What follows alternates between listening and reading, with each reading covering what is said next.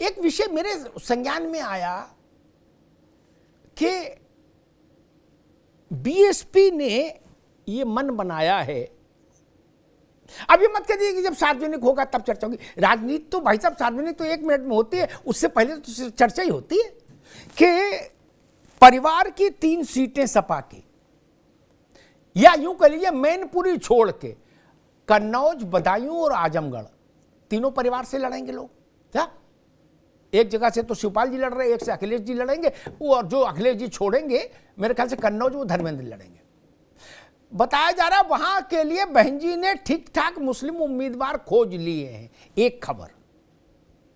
दूसरी खबर ओवैसी जी की है ही, वो मनोज के संज्ञान में होगी, उनने 7 सीट घोषित कर दी। और तीसरी खबर ये, इसका सीधा रिश्ता नहीं, लेकिन राजनीति तो प्रकारांतर से चलती है ना, संकेतों से।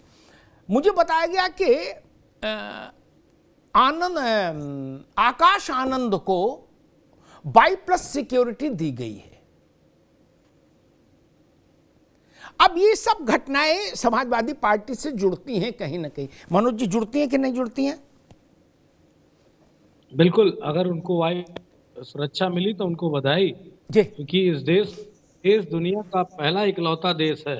हिंदू देश तो है, हिंदू देश की मांग भी कर रहे हैं, लेकिन दलितों पे सबसे ज्यादा अत्याचार अगर हो रहा है तो आज की डेट में इसी भारत भूमि आर्यवत्र में हो रहा। तो जाहिर सी बात है उनको भी वायु श्रेणी की सुरक्षा मिली तो अच्छी बात है। अभी बहुत सारे लोगों ने बहुत सारी बातें कही। सबसे पहले बीजेपी के कृष्ण मोहन जी ने कही कि एक आदमी बैठ के फैसले ले लेता है। अरे ठीक है, अभी मंत्री पद नहीं दिया आपने आरएलडी और एस सुभाषपा को, तो कम से कम यहाँ अभी ताने तो ना मारो। अरे वो आपके साथी, उनका भी सिंगल मैन पार्टी है, सिंगल मैन ही है, उनके यहाँ एक ही आदमी डिसीजन लेता है, तो कम से कम ताने ना मारो। जब बना देना मंत्री तब ताने मारना, तब आरएलडी भी आपकी ताने सुन लेगी और सुहेल देव वाली पार्टी जो है हमारे ओम प्रकाश राजभर चाचा जी वाली, वो भी सुन लेगी। और अभी हमारे बारे में कुछ विश्लेषित कर रहे थे, आपके बारे में अमिताभ जी जो आपने सवाल पूछा उसका जवाब दूंगा। हमने कुछ परिभाषा गढ़ी थी या कही थी, तो दर्द काहे होता है? क्या दूसरे को गाली देने के लिए हो क्या? अगर कोई आपकी परिभाषा कर दिया तो क्यों तकलीफ हो रही है? मुझे तो नहीं लगता इसमें तकलीफ होनी चाहिए। हमें तो यादववाद के लिए, मुस्लिमवाद के लिए पानी बगैर पिए पिए कोसा गया है और दशकों तक। तो मैंने तो सिर्फ एक छोटी सी परिभाषा गढ़ी थी, कर तकलीफ नहीं होनी चाहिए, क्योंकि यही हकीकत है देश की। दूसरी महत्वपूर्ण, आपने कहा कि बहन जी ने या ओवैसी की पार्टी ने समाजवादी पार्टी की महत्वपूर्ण जो गढ़ वाली, उनके लिए मैं सबको पहले मुबारकबाद दिए दे रहा हूँ। अगर प्रत्याशी न मिले तो हमसे ले लेना, अगर अच्छा न मिले तो हमसे ले लेना, कि हमने अपने टिकट घोषित कर रखे हैं कि किसको हमें लड़ाना है, और हमारे यहाँ नंबर भी बहुत हैं, मांगने वाले भी बहुत हैं। तो हम आपको अगर ना मिले तो बता देना, हम प्रत्याशी भी दे देंगे, चाहे वो वहाँ हैदराबाद वाले साहब हो और चाहे उत्तर प्रदेश की बहन जी, कोई दिक्कत नहीं है। इंडिया अलायंस पूरी मजबूती के साथ अमिताभ जी चुनाव लड़ेगा, और हम उन मुद्दों के साथ चुनाव लड़ेंगे जो देश के मुद्दे। किसी की शपथ ना हो तो उसमें हमारा क्या दोष, लेकिन हाँ, हमें कोसने से हो सकता है पोर्टफोलियो अच्छा मिल जाए, इसका बिल्कुल गारंटी है। अगर 2-4 बातें सुभाषपा के प्रवक्ता हमको जोरदार कह ले तो मैं सुन भी लूंगा, इसलिए सुन लूंगा। हमारे पीडीए के चच्चा हैं, चच्चा ओम प्रकाश जी, उनको कोई अच्छा ग्राम विकास टाइप, पीडब्ल्यूडी टाइप का 5 मांग रहे थे, परसों नरसों कह रहे थे 3 उत्तर प्रदेश में और 2 बिहार में, 5 हम लेंगे। अब आप चला रहे हैं कि 1 मिल रही है। मुझे आपके चैनल पे और सूत्रों पे बड़ी गुस्सा आ रही है, क्यों आप 1 चला रहे हैं?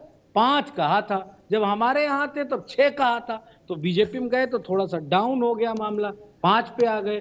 बिहार में पता नहीं कितने मिलेंगे, यूपी में 1 ही मिल रही है, लेकिन ये अच्छी बात नहीं। चाचा को कम से कम 3 तो मिलनी चाहिए, 2 बेटे को और 1 कोई और रिश्तेदार को। अगर इतना हो गया तो राजभर का एम्पावरमेंट हो जाएगा, राजभर सशक्त हो जाएगा, और राजभर आगे मजबूती से बात को रखे, इससे उनका रिप्रेजेंटेशन होना भी अनिवार्य। जी कृष्ण मोहन जी, आप देख रहे हो कितना सद्भाव उत्तर प्रदेश की राजनीति में आ गया। क्या मतलब कोई झाव नहीं, कोई तनाव नहीं, कितनी अच्छी बहस चल रही। समाजवादी पार्टी सुभाषपा की पैरवी कर रही है कि भाई उन्हें 3 सीट दो कम से कम। कभी सोच सकते थे और इससे ज्यादा अच्छे दिन क्या आएंगे? नहीं, कृष्ण पांडे जी। जी जी अमिताभ भाई, बिल्कुल मैं यही बात कहने वाला था, आपने कह ही दिया। देखिए कितना सौहार्द माहौल चल रहा है, और मनोज भाई हमारे बड़े अच्छे मित्र हैं, इन्होंने भी बड़े बेहतर ढंग से पहले भी सुभाषपा के बाकी लोग कर रहे हैं। कहीं ना कहीं इनके मनोस्थिति में है कि चलो भाई, कम से कम हमसे दूर गए तो कुछ मिल तो रहा है, अर्थात इनके पास जो लोग रहेंगे उनको तो कुछ मिलना नहीं है, क्योंकि वहां तो सिंगल वन मैन आर्मी है। दूसरा, हमारे मित्र ने एक बड़ी घुमा घुमा के एक बात कही कि दलितों के साथ बहुत अत्याचार हो रहा है या आर्यावर्त में बहुत समस्या हो रही है। मैं एक कहानी इनके द्वारा, इनके साथी के द्वारा किए गए कृत्य की सुनाता हूं। एक किताब है, जगजीवन बाबू के बहुत नजदीकी सहयोगी रहे उनके, किताब लिखा है how the prime minister decide in India. मुझे लगता है आप भी इस किताब को बेहतर ढंग से जानते हैं। उसके पेज नंबर 61 पर जगजीवन बाबू ने जो आत्मकथा लिखी, जो अपनी बातें लिखी है, उन्होंने लिखा है ये चमार can never be the PM of India.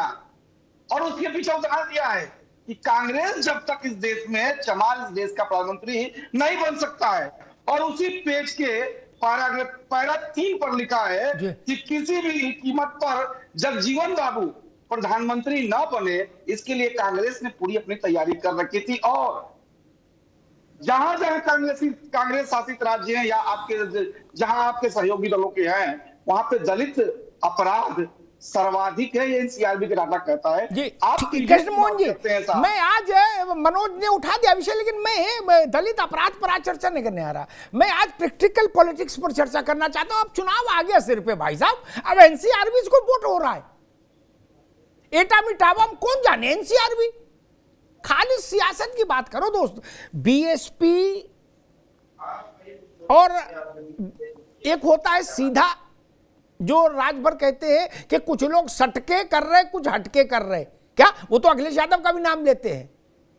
BSP के अंदर अगर ये धारणा है कि भाई कन्नौज, आजमगढ़ और बदायूं वहां मजबूत मुसलमान कैंडिडेट लड़ाएंगे, तो स्वाभाविक है वो आपके लिए सूट करेगा। ये Guddu Jamali type of formula है।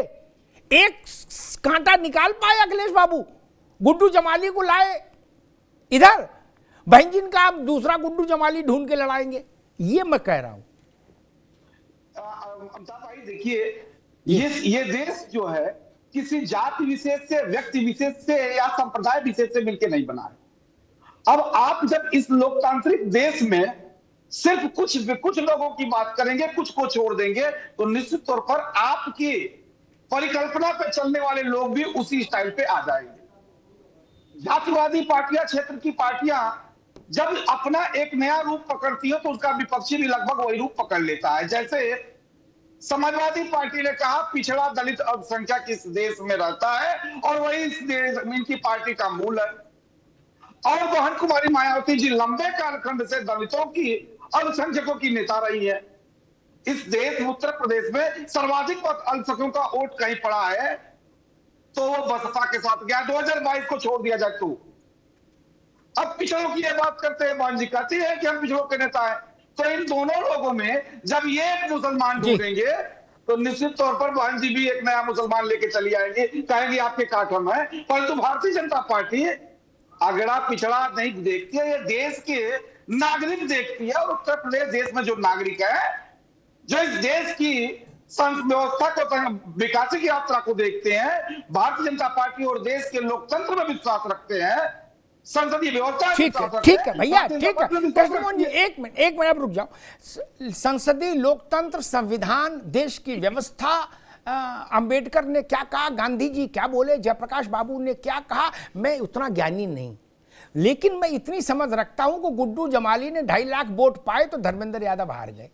क्या मैं इतना, क्या बड़ी बड़ी बातें तो नहीं जानता, मैं तो सीधी गणित जानता हूं। क्या मैं ये जानता हूं अखिलेश यादव, मायावती, अजीत सिंह एक साथ थे, लेकिन बालियान जीत गए मुजफ्फरनगर में। वो गणित जानता हूं, बालियान कैसे जीत गए। क्या देश, संविधान, पीडीए, सीडीए, ये दुनिया की बातें आप लोग जानो, मैं उतना पढ़ा लिखा नहीं। क्या लेकिन मैं उस खेल को समझता हूं कि ये क्यों हार गए, वो क्यों जीत गए। मनोज यादव जी, आपको इस बात की एहसास मेरे ख्याल से होगा, अगर थ्योरी में नहीं चले जाओगे कि आप भी कि संविधान और गांधी जी बोले थे और जयप्रकाश जी ने कहा था और नेहरू जी ने कहा था, उस सब में नहीं जाए, प्रैक्टिकलिटी में रहें कि गुड्डू जमाली एक प्रवृत्ति है, एक टेक्निक है, व्यक्ति नहीं है। आप एक व्यक्ति ले आओगे वो दूसरा जमाली पैदा कर देंगे, नहीं। इस बात का एहसास होगा मेरे ख्याल से सपा को। निश्चय ही इस और बड़ा जमाली छोटा जमाली भी है। बड़ा बसपा वाले को मान लो तो छोटा ओवैसी का जमाली रहेगा 7 जगह, और उनने भी वो 7 जगह में वो इलाके जरूर चिन्हित कर दिए जो अखिलेश यादव के स्ट्रांग होल्ड होंगे। मुरादाबाद में आपका मुसलमान, बहन जी का मुसलमान, ओवैसी का मुसलमान, भाजपा का हिंदू। संविधान, ये संविधान में क्या लिखा वो बताएंगे आप, संविधान बचाने के लिए लड़ रहे हो, वो सब बहस से किनारे हटके सच्चाई होगी 3 मुसलमान 1 हिंदू। मुरादाबाद की तस्वीर ये बनेगी। मनोज यादव, देखिए, जो बीजेपी ने 10 सालों में कसरत करके जो अपना कैडर बनाया है गांव में जी, समाजवादी पार्टी उस पे अटैक कर रही है। और ये बात मैं इसलिए कह रहा हूं कि हमारा जो सीटों का वितरण है, एटा, इटावा, फर्रुखाबाद, कन्नौज के बारे में आपसे बेहतर कोई जानता नहीं। वहां कौन सा समीकरण बेहतर चलेगा, किस पे चुनाव अच्छा होगा, कौन, हार जीत अपनी जगह है चुनाव में, वो तो जनता तय कराती कौन जीतेगा कौन हारेगा, लेकिन कौन प्रत्याशी बेहतरीन फाइट करेगा ये समाजवादी पार्टी और हमारे शानदार नेता अखिलेश यादव जी को पता है। हम उस फॉर्मूले पे चल रहे हैं। गुड्डू जमाली जी की बात हो या उस फार्मूले की बात हो, बीजेपी, बीएसपी और वो हैदराबाद वाले चचा जान, ये सारे लोग तीनों मिलके उस फार्मूले के लिए इसलिए बैठे कि ये कहां पे इंप्लीमेंट कर दिया जाए। समाजवादी पार्टी ने एंटीडोज बना रखी है और उस एंटीडोज को लगा के तब हम चुनाव में जा रहे हैं, इसलिए हमें कोई बहुत ज्यादा भाई अगर आपने वैक्सीन बना ली तब ठीक है, हम अपनी पूरी व्यवस्था के साथ चुनाव लड़ेंगे, लेकिन इनके कैडर को हम चलनी करने जा रहे हैं, इस बात में कोई दो राय नहीं। क्योंकि आपने उनसे झूठ बोला था।